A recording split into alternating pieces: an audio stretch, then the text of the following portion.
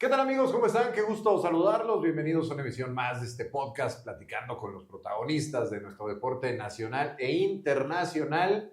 Y déjenme decirles algo, nunca antes en esta oficina habían estado tantos Juegos Olímpicos, tantos mundiales, tantos Super Bowls, tanto recorrido periodístico de fondo y sobre todo tanta credibilidad. Y agradezco muchísimo que me haya regalado unos minutos para platicar con este reportero. Alfredo Domínguez Muro, bienvenido a esta oficina, ¿cómo estás? Gracias, mi Fer. Y le pusiste a eso más de 120 narraciones de Fórmula 1, de Fórmula 1 en el lugar, digo, para que se sepa, ¿no? Para que también se esté Ajá. enterado todo el mundo por acá, Palco, de muchas cosas que han pasado a lo largo de tu trayectoria y también pues mucho recorrido, y agradecerte que hayas estado el día de hoy aquí con nosotros. No, al contrario, ya sabes que amistad mata todo, ¿no? Sin duda, sin duda. Alfredo, pues para platicar de básquet, ¿qué más de otra cosa se puede platicar conmigo que no sea de básquet? Tantas cosas que has... Te corrijo. Dime. Con la mamucada se puede decir. Adelante. Del básquetbol, que hablan del básquetbol, tienes que decirle baloncesto. Algunos. Ajá. Se llama básquetbol. ¿Sí? Sí. ¿No? Pero es sinónimo el baloncesto. No, por favor. Básquetbol lo conocemos en todo el mundo. Eso sí. El baloncesto, porque un innombrable que se apellida Toussaint dijo que él tenía los derechos de ese nombre y todo, y ya pásala. Y bueno, ya. Incluso en algún momento no pudimos utilizar el nombre de México porque también lo tenía en litigio, tú recordarás, hace algunos ayeres. No me quiero acordar, pero ya platicaremos. Adelante, sí. Alfredo, pues gracias. Vamos a platicar de básquetbol. Yo sé que tú en algún momento, tú tiraste cáscara, ¿no? Cuando eras... Jugué básquet. Jugaste básquet, porque aparte, arriba del 1.85 tranquilamente, me imano que alguna vez te invitaron a jugar básquetbol. No solo eso. Y tiraste bolilla por ahí. Cuando salías al recreo y todo, llegaba el profesor de básquetbol y todo, y te llamaba y te ponían ni siquiera hacías prueba, te ponían la selección. Había un compañero desde secundaria, medía chiquilín, le decíamos, Río Reina, Gustavo, que en paz descanse, que murió joven. Okay. Porque si en secundaria ya medía 2 metros, calcúlale todo lo que tuvo. Y entonces a él, siendo indiferente para el básquet, pues el famoso poste, estás aquí, pero lo golpeaban mucho. Okay. Lo golpeaban mucho. Y tampoco era su diversión. A mí sí me divertía, pero no era yo tan bueno, ¿no? No era tan bueno. Tenías de estatura, ¿eh? Sí, con eso te ayudaba mucho, porque claro. Las interescuelas y todos esos, ahí sí jugué. Era la época todavía del short chiquito, ¿no? Claro. Y la camiseta así, todo eso. Era otra época. Y sí, codazos. Jugando cascarita de básquetbol, había un cuate que se colaba a nuestro patio de escuela. Uh-huh. Nuestra escuela estaba exactamente donde está ahorita el Palacio de Hierro de Polanco. Okay. Ahí era. Y había un cuate amigo de otros que se colaba. Y las malas lenguas decían que era el proveedor de muchas cosas. Pero como no me consta, no lo digo. Ademir se llamaba. Y llegaba, y un día en una cáscara, pero de fútbol, que era el campeonato donde jugabas la final de tercero de prepa contra segundo de prepa. Y me tocó a mí a una salida, uh-huh. Y un cuate que viene aquí se tropieza conmigo y se da un trancazo tremendo. Yo cuando me iba a levantar, Ademir llega corriendo y se me tira como lucha libre. Y yo de defensa puse mis piernas, así mis pies, uh-huh. Se golpeó la cara. Uh-huh. Las amenazas de te voy a matar y todo esto, no sabes hasta dónde. Y entonces yo, a partir de ese día, en el portafolio traía yo un casco de Squirt, ya a veces esos cascos eran durísimos, sí. Y ahí lo traía, y me traía de bajada, y me mandaba mensajes y todo. Sí, tenía cara de Chucky. De malos amigos. Entonces, un día, tirando una cáscara entre amigos, yo estaba en la retadora y él había entrado antes por otro jugador. Y bueno, entra la retadora, entro yo y estaba Ademir en el otro equipo. Y sí estaba yo apanicado. Pero dije, bueno, aparte se levantaba así y en el calcetín traía un palo de madera así puntiagudo. Entonces, así era. Okay. Entonces dije, te tocó el básquetbol rudo, porque hoy ya los tocan y ya se tiran al suelo. Entonces, hay una jugada, pega el rebote, brinco por ella y yo agarro el balón y veo que alguien atrás me está llegando y ya sabes que haces así y así. Uh-huh. Y le pegué aquí en un costado y él vi que era de mí y dije, la madre, por aquí va a estar. Y cuando ya me iba, llega Lalo del Mazo, uh-huh. Eduardo del Mazo, hermano menor del gobernador Alfredo del Mazo. Okay. Uh-huh. Digamos que tío del que fue recién gobernador. y él lo detuvo. Entonces, y ahí se acabó todo ese pánico. Entonces sí había ese tipo de golpes, pero en la escuela era como, yo no digo caballerosidad, pero jugábamos limpio, porque aunque sí había golpes. Entonces aprendías muchas cosas, que cuando lo veías en los profesionales o en otros, decías, no, pues esto ya sé a dónde va o qué va a hacer, ¿no?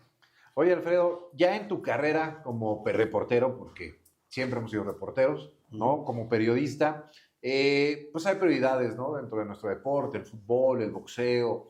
¿Dónde te encuentras y en qué momento te encuentras al básquetbol? No sé si tocaron los olímpicos en aquella época, Arturo Guerrero, Manuel Raga, o ya fue más para acá el básquetbol. Mi profesor de básquet, y ya estando, era parte de la selección mexicana del 68. Ok. Entonces con eso nos llevaba a verlos entrenar al Comité Olímpico, que ya estaba así como estaba ahora, ¿no? Entonces ese profesor nos abrió muchas puertas. Ese profesor nos enseñó muchas cosas. Y él muy metido al básquet, no a otros deportes. Ok. Entonces con él hicimos, o sea, ahí entramos, ahí entré, lo vi. México 68, pues era el Palacio de los Deportes, y y no era difícil colarte. No es como ahora que tú te podías colar. Yo en los Olímpicos de 68, pues estabas en la secundaria, pues te cuelas, así era, ¿no? Para los que dicen que el cambio climático y todo eso, yo me acuerdo cuando nos colamos al velódromo, que qué difícil fue. Ese día cayó un diluvio. Entonces fue gratis que nos salieran, que no hubo carreras, no hubo competencias. Pues. Entonces así fue. Entonces el básquetbol ahí lo he seguido, lo sigo desde luego.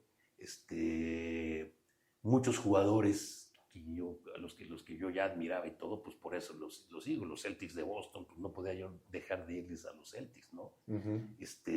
Era como un lunar blanco contra todos los más de raza negra, ¿no? Entonces, y además, eran jugadores de mucha personalidad, ¿no? Sí. Me tocó, yo creo que quizá uno de los recuerdos más grandes que tengo yo en Juegos Olímpicos fue el Dream Team del 92.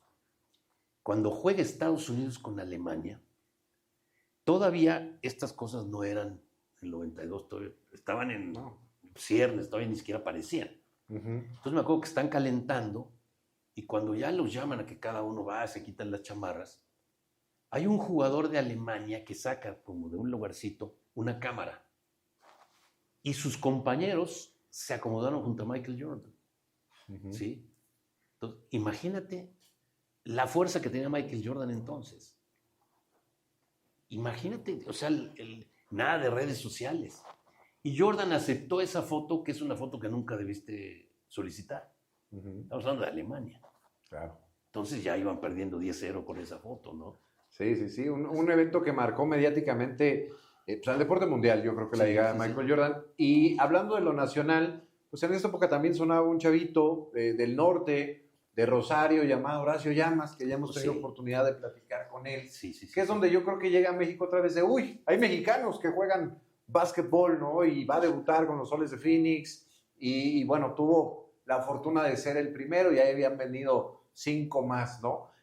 Tú ya como jefe de información, como reportero, ¿qué tanto impactó en ese entonces mediáticamente la llegada de Horacio a la NBA? Primero los negativos de todos lados, ¿no? Los que llaman haters. Okay. Este debe ser de Estados Unidos y le pusieron pasaporte. O sea, todas esas cosas, leyendas, todas esas leyendas cayeron sobre Horacio.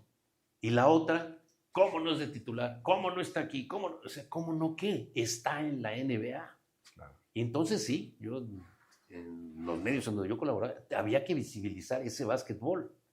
Porque la contraparte era tener un básquetbol mexicano secuestrado, amañado, secuestrado, la corrupción, el dolor que da las generaciones que se perdieron en términos internacionales por esa perversa, ¿qué te podría decir? Perverso secuestro del tiempo de Toussaint. Así es. Yo estuve en los Juegos Panamericanos del 95 en Mar del Plata. Okay. Nuestra selección, malísima. O sea, fue una cosa... Y estaba Julio Ortiz. El presidente de federación antes de que llegara. Eso me refiero. Así me refiero, que estaba Julio Ortiz. Y cuando México ya no tenía nada que hacer, viene un último partido creo que contra Puerto Rico. Y yo estaba viendo el partido y de repente sale a calentar la selección mexicana con un anuncio, creo que era de Tecate, y otro anuncio en la espalda. Entonces, bueno, están calentando. Así jugaron. Ni modo que el presidente Julio Ortiz no supiera que no se pueden usar esas playeras. No se puede, son con anuncios comerciales. Nos dieron una arrastrada, pero ahí quedó eso. No hubo escándalo porque ni siquiera tuvo que reclamar Puerto Rico.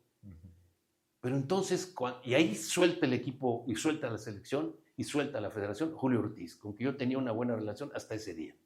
Okay. Después Julio Ortiz, donde yo podía, me decía, y cuando yo le comentaba que yo vi esos hechos, a mí nadie me los platica. Y entonces aparece Toussaint. Y Toussaint, y si Julio Ortiz medianamente lo llevó, Toussaint lo secuestró rápido y nos pasó en nuestras narices. Yo era aficionado al básquet, no estaba dentro de ese equipo, ese grupo o ese manejo. Pero la perversidad de Toussaint de ir robando asociaciones con jugadores de 1.45 o 1.50, y esos eran los que manejaban y en las narices del comité, del Instituto del Deporte, de la CONADE, del Comité Olímpico, en las narices se lo robó. Y después la reelección, y después el chantaje. ¿Le sigo? Sí, a ver. Me tocó, a ver si dime. Digo, la pregunta es, tú estabas, si no me equivoco, en Televisa como director. Como director de deportes. De deportes en Televisa, y pues me imagino que como muchos presidentes de federación, impulsando su deporte, tocaron tu puerta Sí. para pues promocionar, transmitir, y yo sé que tienes una muy buena anécdota con él. Estábamos o una muy mala, no lo sé. No, ¿por qué mala? Pues digo, así es. Estábamos en la sala de juntas. Sí. Y él estaba sentado, imagínate que hay 4 sillas, él estaba sentado en esa y yo estaba sentado en esta, esperando a que llegaran la gente que sabe de los contratos. Y entonces él traía un torneo internacional, un pre-algo. Entonces sí sabíamos que Azteca entonces que tenía más básquetbol y que Azteca podía ser mano. Pero él llegó a Televisa y bueno, pues me dijeron, escúchalo, estaba yo platicando. Entonces empecé a platicar con él. Le empecé a decir algunas cosas de estas, de antecedentes y qué sé yo. Él medio se reía hasta que me dijo, bueno, el contrato se lo podemos bajar a TV Azteca. Lo que yo necesitaría son 500,000 pesos.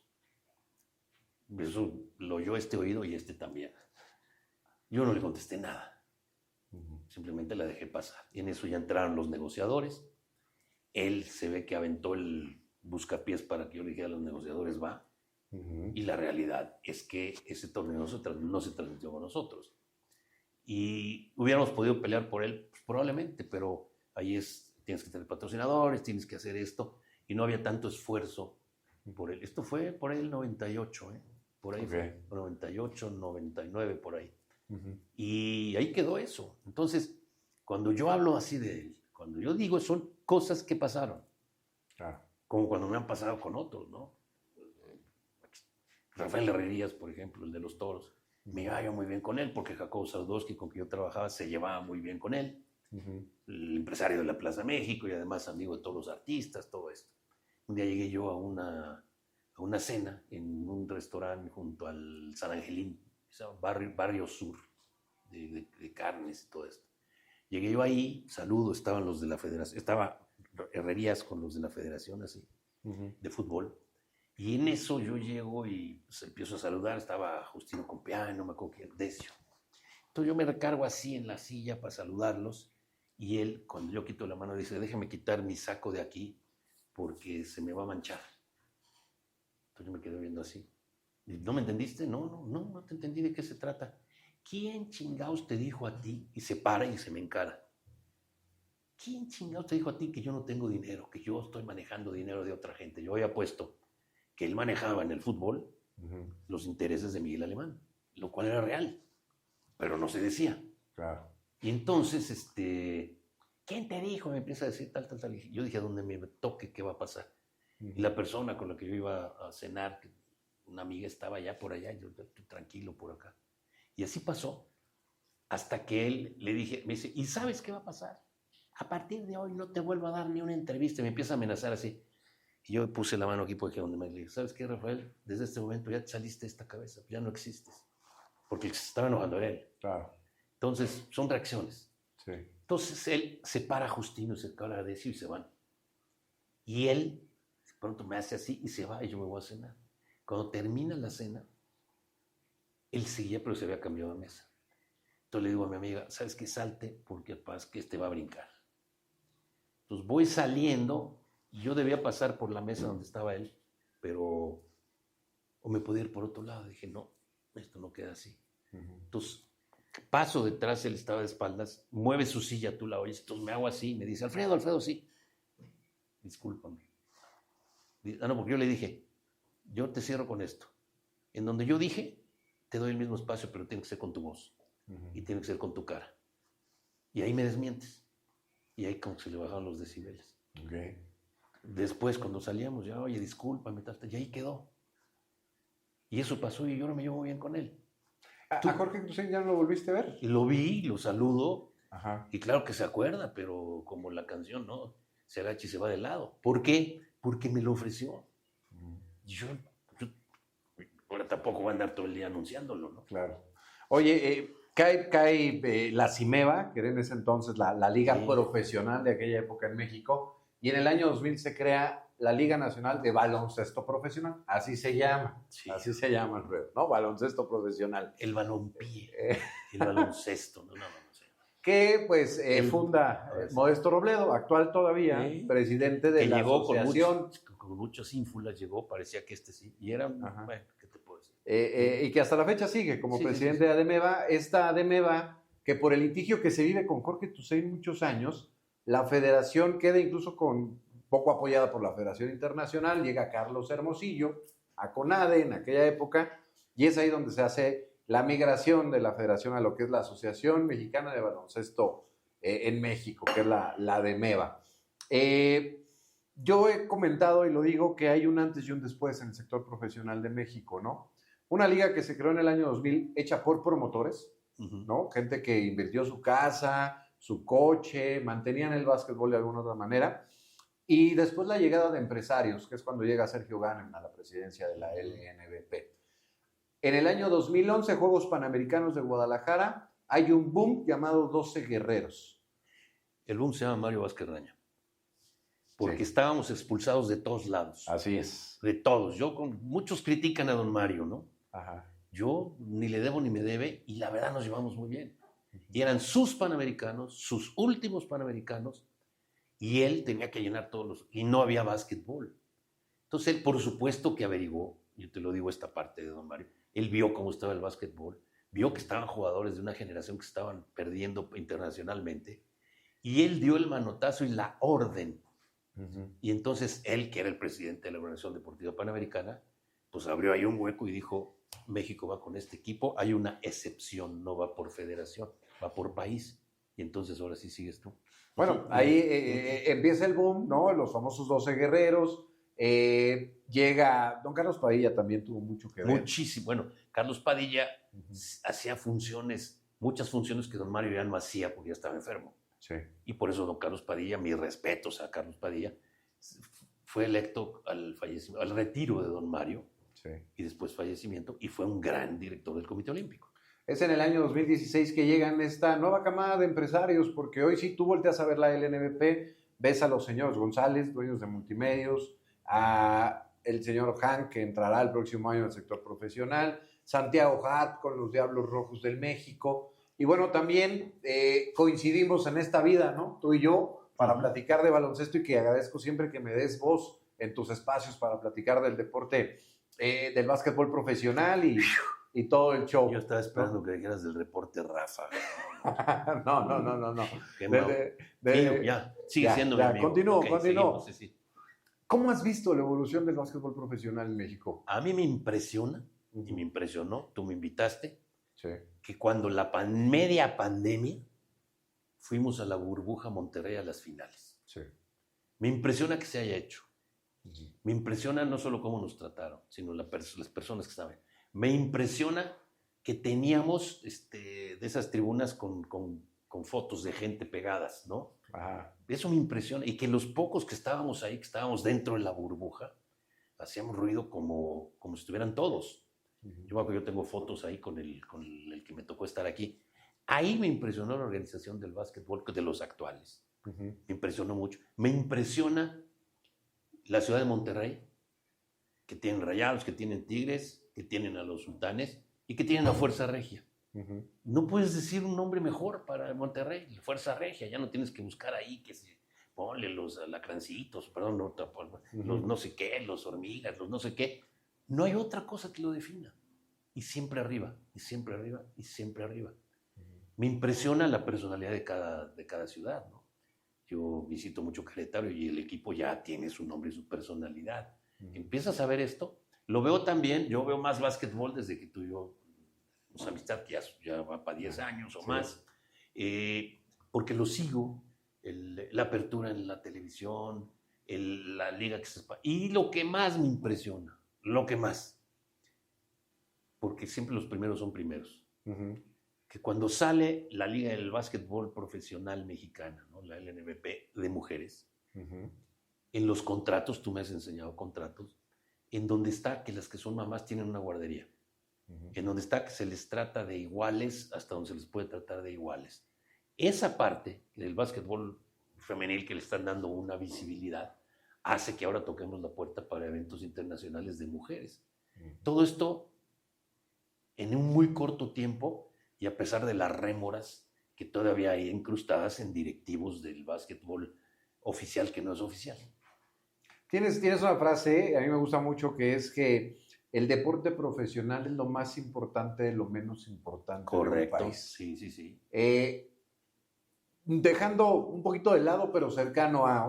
revisamos las estadísticas hace unos días en la oficina de la Liga y la LNBP se encuentra en cuarto lugar, ¿no? En primer lugar, la Liga MX, con todo lo que gira alrededor, ¿no? El negocio, la afición, los complejos, que también son...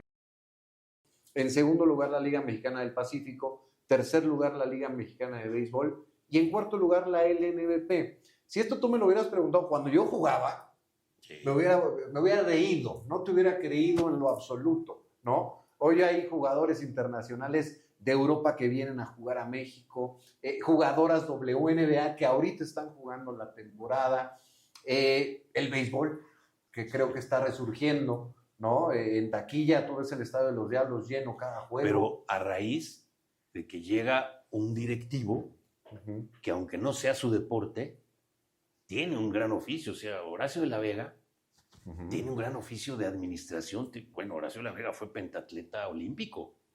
No es poca cosa. Y antes que él se toparon con pared contra los intereses de los equipos, varios presidentes que no funcionaron, pero él sí. Consiguió abrir la televisión, como ustedes han abierto la NBP, ha abierto la televisión también. Y eso te hace que sea familiar ese evento, que sea familiar ese equipo, ¿no? Que ya lo manejes de esa manera. La mercadotecnia y el hecho de que también tienes al básquetbol femenil, que no es que sea un gancho, es que es otra forma de practicar el deporte. Y esa forma de practicar el deporte, ¿quiénes nos la enseñaron? Los gringos. Claro, los amos del espectáculo. Sí, correcto, entonces, ¿qué es lo primero? Y por ahí va la cosa. Y para estar en la NFL, ya va a haber Tochito Bandera con jugadores profesionales en los Olímpicos. Es decir, tienen que ir, y el paso es adelante.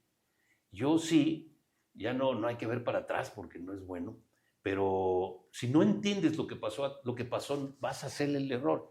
Y para mí, desde ese día en que el equipo mexicano con Julio Ortiz, luego Julio Ortiz me habló, que estaba haciendo un libro y que platicara yo mis memorias sobre el básquet. Yo le dije, no te conviene, Julio.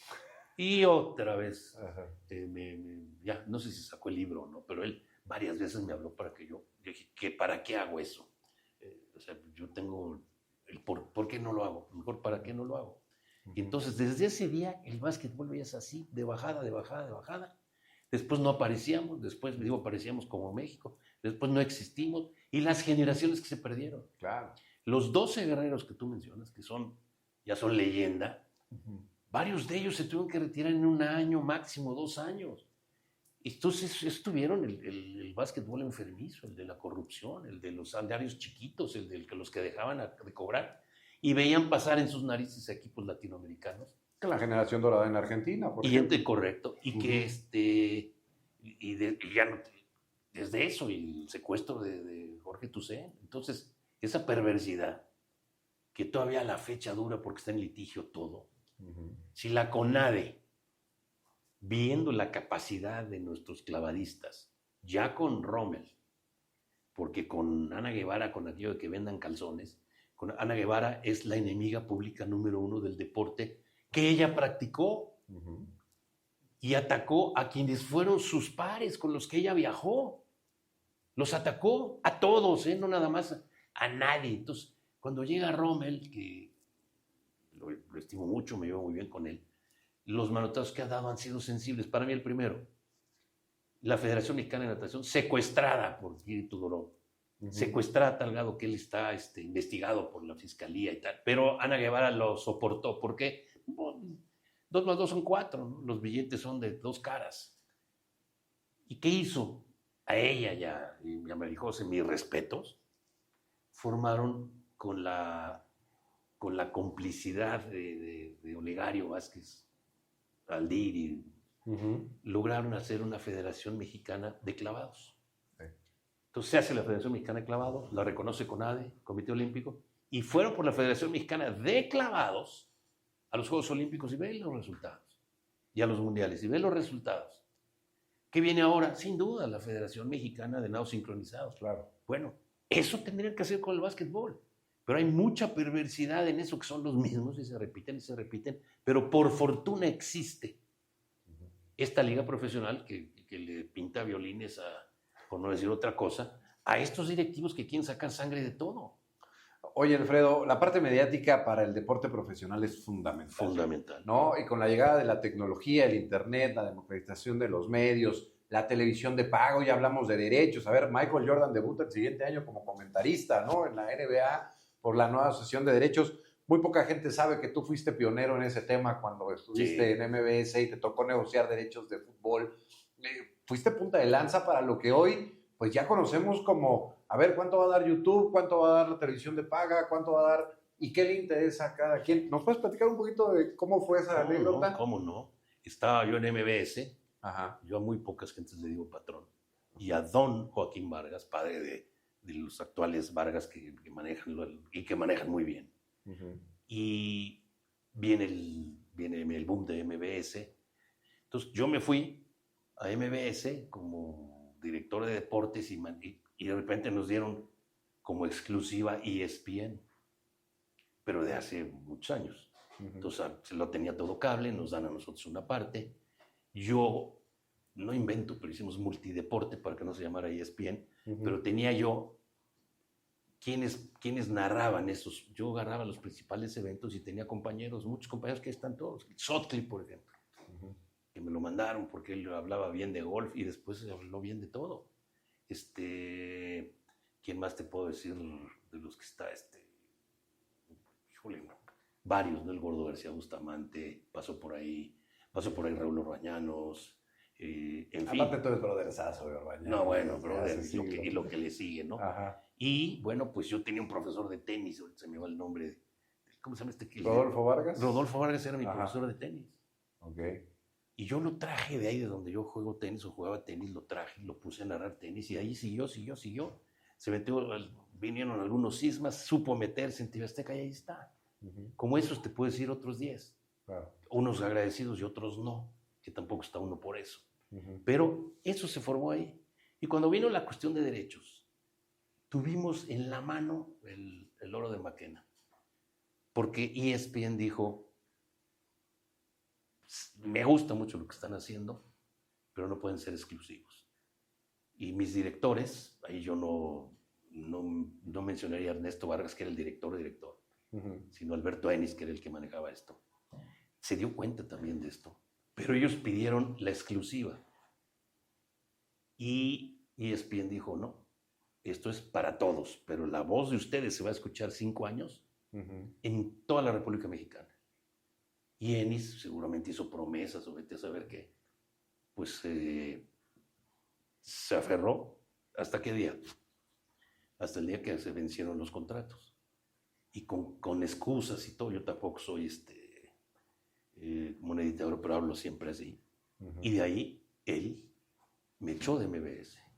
Okay. Y yo lo que hacía con MBS es que yo contrataba a la gente, yo recibía el dinero. Y hubo algunos traidores que quisieron hablar, que los encararon. Nada, yo les pagué siempre a todos hasta el último centavo. Cometí otros errores, sí. Y ahí comienza esto y entonces ESPN dice, bueno, y de hecho contrata los servicios de MBS, pero no le duró mucho.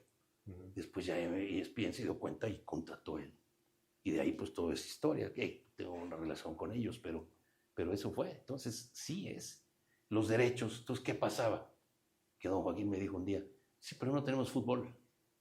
Sí, pero no tenemos fútbol. Y entonces acaban de dar golpe de estado en la Federación Mexicana de Fútbol, Emilio Maurer y Paco Ibarra, y se había salido Televisa de las transmisiones porque Maurer y Ibarra pusieron lo que nunca se había hecho. Todo el fútbol mexicano vamos a ser una sola cantidad, esa se paga cada partido a la Federación y la Federación reparte, que para mí era una gran cosa. Pero hubo equipos que no quisieron. Entonces arranca la temporada. Y ¿Algo como lo que estamos viviendo similar al fondo de inversión famoso? Yo creo que con más, el fondo de inversión es como personal. Ajá. Yo aquí te diría que es cuánto de la América dice, pues yo se pagaba muy poco por el fútbol. Okay. Y con esto le subieron de precio. Y al subirle de precio, todos eran iguales, pero después el reparto iba a ser por puntos y otras cosas. Televisa se sale, no transmite. Atrás de Televisa se sale Imevisión, que ahora es TV Azteca, porque el director de entonces quería ser gobernador de Tlaxcala. Entonces no quería ni tocar. ¿Y nosotros qué hicimos? Y me dije, pues, don Joaquín, es la oportunidad. Y nos metimos. Entonces, si no hubiéramos entrado nosotros, como MBS, a transmitir, no había fútbol en la televisión, porque no había el cable de aquí y el cable de allá. Sí. Televisa decía, yo solo transmito los del América. Y entonces me dijo don Joaquín, pero que no me cueste. Hijo, ¿cómo le hago que no me cueste? Y yo tenía mucha relación con algunos dueños de equipos, el ingeniero Leaño, impresionante con los Tecos. La gente del Tecnológico de Monterrey, que me ayudó mucho para los Rayados. Y había equipos que no querían que los transmitiéramos. Cuando nuestro primer partido en Veracruz, yo bajo del avión, nunca en mi vida me había pasado, que había reporteros esperando a que yo dijera, porque el Veracruz había dicho, no los vamos a transmitir. Y entonces, cuando yo llego y me empiezo a dar cuenta de eso, que era la misma pregunta de todos, les dije, a ver, por favor, un momento. El partido está para jugarse mañana a las 3 de la tarde, que se jugaba en Veracruz, o a las 5. Si no llega el Veracruz, pierde por default sus puntos, y dentro de 15 días otra vez va a perder los puntos hasta que descienda. Entonces eso me sirvió para terminar la contratación con Veracruz, que lo manejaban los Chedraui, esos grandes empresarios, hasta que los Chedraui se aburrieron del gobierno estatal de entonces. Y entonces dijeron, ya manéjenlo ustedes, ya están los Veracruces que han pasado. Pero, entonces, ¿qué hacía yo? Hoteles Fiesta Americana me daba intercambio para anunciarse y me daba intercambio Mexicana de Aviación. Y entonces con eso le pagaba yo a los equipos. Con una cantidad establecida. Y cuando y nos fue muy bien, porque entonces empezaron a sumarse, ya nos faltaba pantalla. Aparte yo hice arreglos con las televisoras locales, el 4 Más de Hermosillo, el 4 de Jalapa, que transmitía en el estado de Veracruz, puras televisoras, el 28 en Monterrey, puras televisoras estatales. Llegó un momento que teníamos 15 televisoras en toda la República. Se veía por todos lados. Maravilloso. Claro. Y quienes estaban, y con quienes yo me asocié, pues después se fueron sobre eso, hicieron su propia... Pero bueno, eso no tiene que ser. Y ahí, y esto termina cuando los Tecos, que nadie esperaba, pasan a la liguilla. Pero no eran los Tecos cualquiera, era del Chicharo papá. Y yo no entiendo a veces por qué Chicharito nunca menciona a su papá. Menciona a su abuelo. Al abuelo, ajá. Sí, pero Chicharo papá era un jugadorazo. Y era un equipo en donde estaba Donizete, era un equipazazazo. Y ahí venían los Tecos. Entonces veo al ingeniero Leaño, le dije, ingeniero, ya estamos. Sí me dice, ¿qué me ofreces? Le dije, cada paso que dé duplicamos hasta llegar a la final. Y créeme que no era una gran cantidad, pero era 2, 4. Y luego 2 por 2, 4. Luego era 4 y 4 por 2, 8 en la final. Y cuando estamos en finales, en semifinales, es cuando me corren. Y entonces Alberto Ennis tiene el descaro, el cinismo. Y un día me lo encontré, pero ya a estas alturas del partido los rencores, yo nunca te he guardado rencores, se vuelven anécdotas. Alberto me dice, oye, le pedí cita al ingeniero Leaño. ¿Y qué pasó? Pues no me da la cita. ¿Me ayudarías? Yo recién corrido por él. Claro. Entonces le dije, pues la verdad no. Déjame ver con él. Entonces cuando viene Javier Trejo Garay, estaba también, y él narraba, yo lo puse como narrador. Y él era el que decía, y en FM Globo, ¿por quién vota? Ese era él. Okay. Así puse a varios. Rafa Puente. Y yo ese día me dice el ingeniero Leaño, oye Alfredo, te invito al partido. Y voy al partido y me sienta junto a él. Y empieza a platicar, bueno, que no sé por qué porque el ingeniero dice, yo no me muevo de ahí, pero ya no quiero intercambio, esto es cash. Y entonces Alberto Ennis, en un golpe de soberbia, dice, palabras más, palabras menos, pues ingeniero, yo le pago lo mismo por cada partido, porque ustedes tienen poco rating y tal. Lo insultó cañón. Y el ingeniero Leaño dijo, pues entonces no. Pero a ver, el contrato dice esto. Y el ingeniero Leaño le dijo, eso fue al día siguiente de esto que te platico.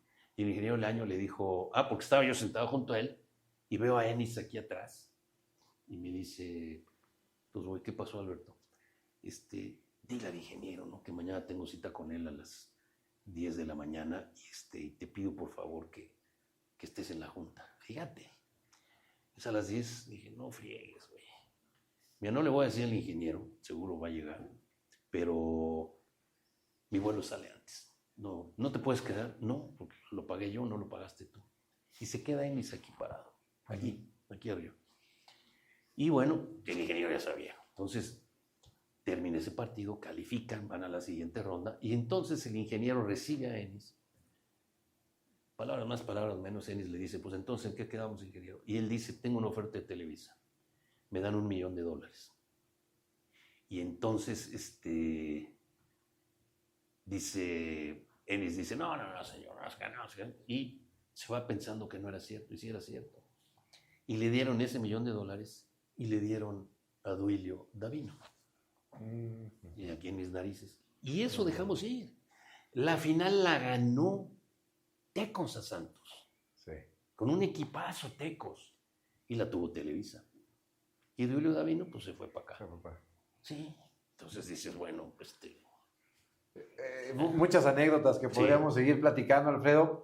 Para ir terminando, yo sé que te gusta hablar de hechos más que de cosas futuras, ¿no? Pero, ¿dónde te gustaría que estuviera el deporte profesional? No solamente el fútbol, sino vemos ahora el surgimiento de la LFA, del fútbol americano, que pues, empresarios con mucho esfuerzo están también invirtiendo. El tema del básquet, yo sigo pensando que tiene que haber una liga profesional de voleibol, hay mucho voleibol en nuestro país. ¿Cuál sería la utopía de nuestro deporte profesional como mexicanos? Realidad. Sí. ¿Y cómo es la realidad? O sea, ¿por qué el fútbol femenil? Y esa es la gran leyenda. ¿Por qué el fútbol femenil gana tan poquito, en cambio el fútbol varonil ganan más? Porque el mercado lo da, la ley del mercado lo dicta. Si tú haces una liga de voleibol ahorita, pues probablemente no sé si haya o no haya, porque el voleibol del más alto nivel, incluso las televisoras que lo tienen, no lo tienen en prime time. Sí, ¿no? No es un voleibol, el voleibol playero, el de mujeres, y el otro baja. Entonces dices, no es eso, es lo que el mercado pida. La UFC y la WWE, estas son, ¿qué pide la gente? Sangre. Pues ahí la tienes, contra el boxeo. Entonces, esa realidad no la podemos soslayar, no la podemos hacer a un lado.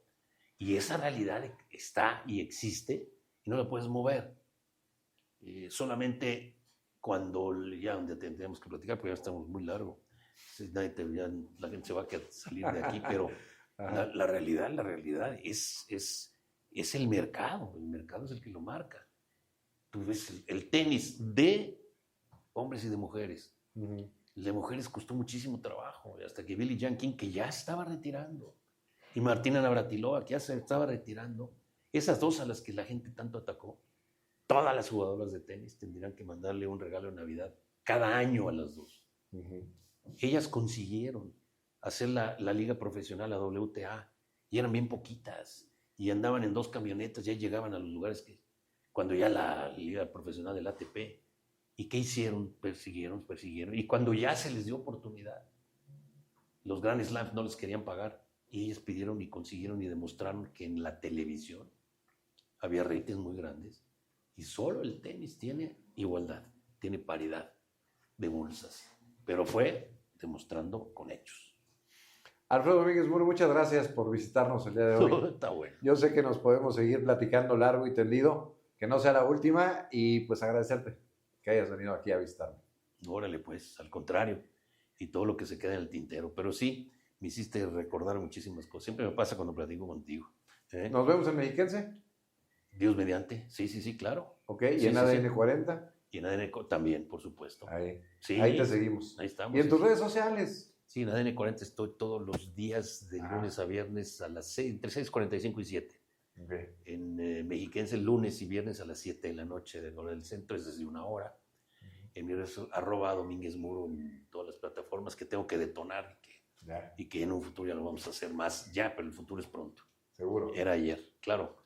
Alfredo, listo, muchas gracias. Órale. Nosotros nos despedimos, soy Fernando Vargas, pásela bien. Adiós.